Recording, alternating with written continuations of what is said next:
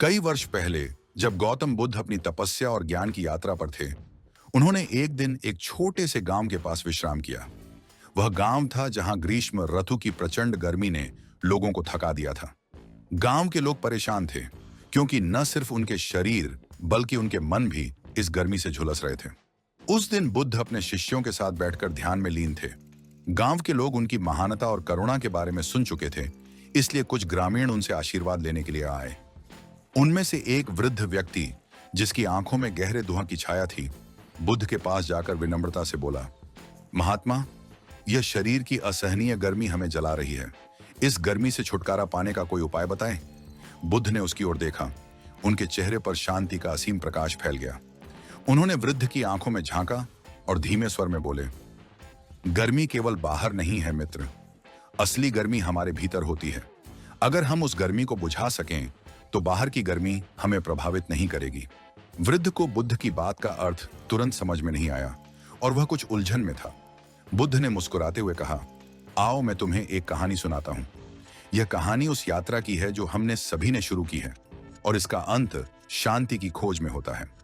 बुद्ध ने तब एक कथा आरंभ की जो एक युवक की थी, जिसका नाम आरव था। आरव एक निर्भीक और साहसी युवक था, लेकिन उसके भीतर गुस्से और असहिष्णुता की आग जल रही थी। वह हर छोटी छोटी बात पर क्रोधित हो जाता और इसी गुस्से से उसका शरीर तपने लगता। उसकी सारी ऊर्जा इस अग्नि में नष्ट हो जाती और वह जीवन के सही मार्ग से भटक चुका था। एक दिन जब वह जंगल में भटक रहा था तो उसे एक रहस्यमय वृद्ध मिला। वृद्ध ने उसे एक फूल दिखाते हुए कहा, यह वह फूल है जिसे सत्य का फूल कहा जाता है। इसे खोजने से तुम्हें शरीर और मन की शांति प्राप्त होगी। आरव, जिसने जीवन में कभी शांति का अनुभव नहीं किया था, उस फूल को खोजने की यात्रा पर निकल पड़ा। लेकिन उसकी यह यात्रा आसान नहीं थी। जंगल में उसे कई तरह की परीक्षाओं और प्रलोभनों का सामना करना पड़ा। कभी अत्यधिक गर्मी, कभी ठंड और कभी मोह माया। वह कई बार हार मानने की स्थिति में आ गया, लेकिन उसके मन में उस फूल को पाने की लालसा ने उसे आगे बढ़ने के लिए प्रेरित किया। एक दिन जब गर्मी की तपिश असहनीय हो गई और उसके सारे शरीर से पसीना बह रहा था, तब उसने एक गुफा देखी। वह गुफा शीतल प्रतीत हो रही थी और उसकी ओर बढ़ते हुए आरव ने सोचा कि शायद यहां उसे आराम मिलेगा। पर जैसे ही वह गुफा के भीतर गया, उसने देखा कि वहां कोई शांति नहीं थी। वह गुफा एक छलावा थी जो उसे उसकी मार्ग से भटकाने के लिए बनाई गई थी। गुफा के भीतर भीषण गर्मी थी और उसे समझ आया कि यह उसकी ही मानसिक स्थिति का प्रतिबिंब था।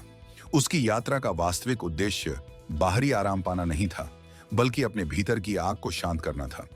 इस अनुभव ने आरव को भीतर की ओर देखने पर मजबूर कर दिया।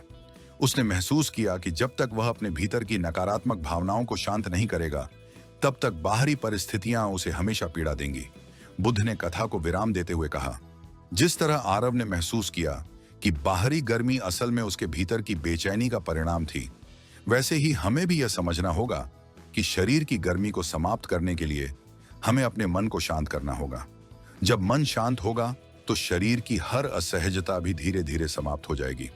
गांव के लोग ध्यानपूर्वक सुन रहे थे और अब वृद्ध की आंखों में स्पष्टता की चमक थी। बुद्ध ने उसे बताया कि ध्यान, संयम और आंतरिक शांति की साधना से वह अपने शरीर और मन की गर्मी को शांत कर सकता है।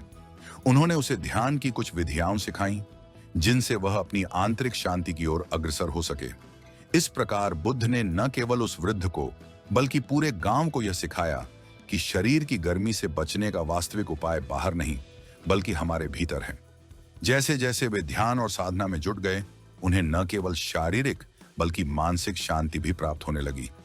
गौतम बुद्ध की यह कथा न केवल उन ग्रामीणों के लिए बल्कि आज के युग में भी हम सभी के लिए प्रासंगिक है। जब हम अपने मन को शांति में रखेंगे तो बाहरी गर्मी या किसी भी चुनौती का सामना सहजता से कर सकेंगे। यदि आपको यह कथा प्रेरणादायक लगी हो और आप ऐसे और भी गहन और मार्मिक कथाएं सुनना चाहते हैं, तो बुद्ध अपलिफ्ट चैनल को सब्सक्राइब करें और अपनी जीवन यात्रा में नई शांति और समझ का अनुभव करें।